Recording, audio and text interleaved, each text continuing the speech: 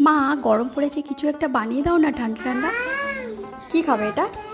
শরবত খাবো মা। আজকে শরবত তুমি বানাবে। বাচ্চা থেকে বুড়ো সবারই কিন্তু এই গরমে একদম অবস্থা খারাপ। লুর হাত থেকে বাঁচতে কিন্তু এরকম একটু ঠান্ডা ঠান্ডাই কিছু দরকার। আর সত্যি কথা, বাইরে যে পরিমাণ গরম পড়েছে, তাই ঘরে কিন্তু এরকম ঠান্ডা ঠান্ডা কিছু হলেই কিন্তু খুব ভালো হয়। আমের সিজন চলছে, চারিদিকে কাঁচা আম, তো কাঁচা আম দিয়ে কিন্তু এটাকে বানাচ্ছি আজকে। তো হিয়ার ডিমান্ড ছিল মা ফ্রিজে আম রাখা আছে, ওটাকে দিয়ে কিছু একটা বানাও। তো আজকে বানাচ্ছি আম পান্না। আর ও তো জানে না, ও বলছে শরবত খাবে। তো আমগুলোকে প্রথমে ছাড়িয়ে বিট লবণ দিয়ে কিন্তু প্রেশারে সেদ্ধ করতে বসিয়ে দেবো। সামান্য কিন্তু এর সাথে চিনিও অ্যাড করবো, কারণ আজকের আমটা প্রচণ্ড টক। একটা ভাজা মশলা বানাচ্ছি, জোয়ান নিয়েছি, ধনে নিয়েছি, জিরে, শুকনো লঙ্কা সামান্য রোস্ট করে নেব।